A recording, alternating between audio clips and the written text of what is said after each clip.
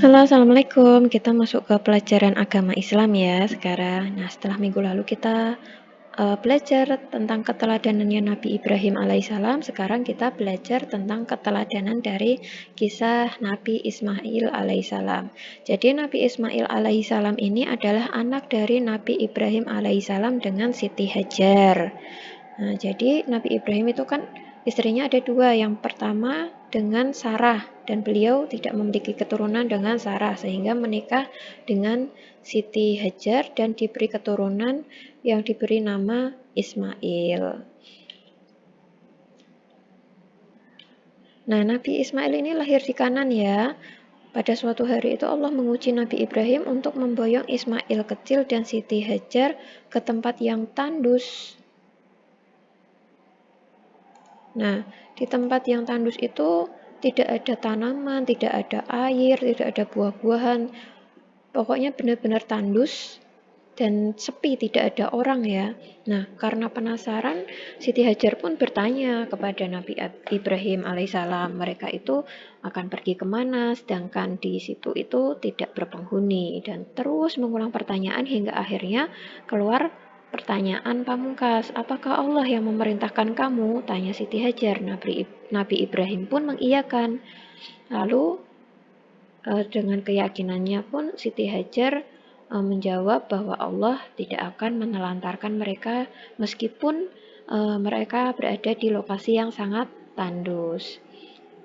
Tapi pada suatu ketika Nabi Ibrahim tidak bersama mereka, tidak bersama Siti Hajar dan Ismail yang masih kecil, nah Ismail itu merasa sangat haus, sedangkan air susu dari Siti Hajar ini sudah sangat kering, tidak keluar air susunya. Akhirnya Siti Hajar bingung, lari ke sana kemari dari Bukit Safa ke Bukit Marwah.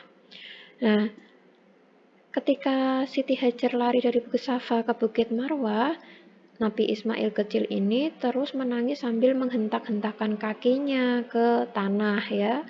Nah, ketika sudah merasa sangat lelah sekali, di pelarian terakhirnya itu Siti Hajar menemukan bahwa Nabi Ismail telah menemukan sumber mata air dari tendangan kaki kecilnya Nabi Ismail.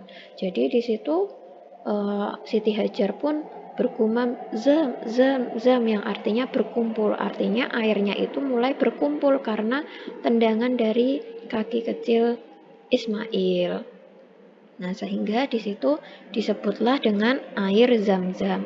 Dan peristiwa lari-lari kecil oleh Siti Hajar dari Bukit Safa ke Bukit Marwah yang sampai saat ini itu dikenal dengan ibadah sa'i pada tahapan ibadah haji. Dan sampai saat ini pun saat ibadah haji proses tersebut selalu dilakukan ya Kak. Nah, kapan sih perintah kurban itu turun? Jadi asal mula kurban itu ketika Nabi Ibrahim bermimpi diperintahkan oleh Allah untuk menyembelih anaknya, yaitu Nabi Ismail. Karena Nabi Ibrahim itu adalah sosok yang soleh, sangat patuh kepada Allah, sehingga beliau pun membicarakan mimpinya tersebut kepada anaknya dan mengutarakan maksudnya untuk menyembelih Nabi Ismail. Dan Nabi Ismail karena beliau adalah anak yang patuh kepada orang tua, kepada ayahnya, kepada ibunya, sehingga Nabi Ismail pun mengiyakan perintah dari ayahnya untuk menyembelih dirinya.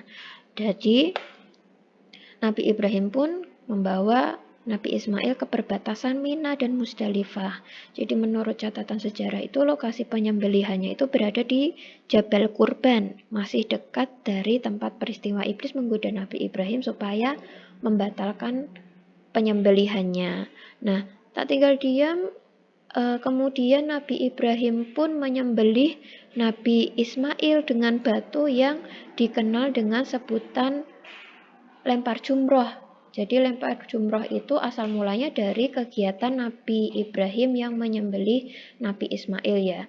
Tetapi Nabi Ismail tidak meninggal karena disembelih oleh Nabi Ibrahim, karena Allah telah menggantikan putranya, telah menggantikan Nabi Ismail dengan kibas alias domba besar. Jadi kibas itu digantikan langsung oleh Allah, diturunkan langsung oleh Allah dari surga sebagai pengganti Nabi Ismail saat disembelih oleh Nabi Ibrahim.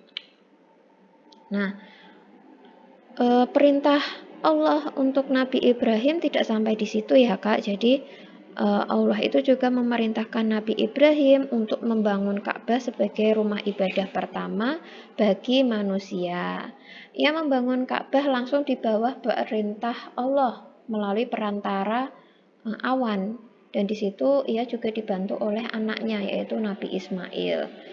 Dan Nabi Ibrahim dan Nabi Ismail itu membangun Ka'bah hingga meletakkan Hajar Aswad. Jadi ibadah haji, ibadah kurban itu asal mulanya dari kisah dari Nabi Ibrahim dan Nabi Ismail alaihissalam. Lalu keteladanan apa Kak yang bisa kita ambil dari kisah Nabi Ibrahim dan Nabi Ismail ini? Nah, kalau Nabi Ibrahim itu kita bisa ambil keteladanan solehnya, soleh selalu patuh dan taat kepada Allah. Beliau juga sabar ya untuk menerima perintah Allah ketika menyembelih Nabi Ismail, beliau terima dengan sabar dan dilakukan dengan patuh.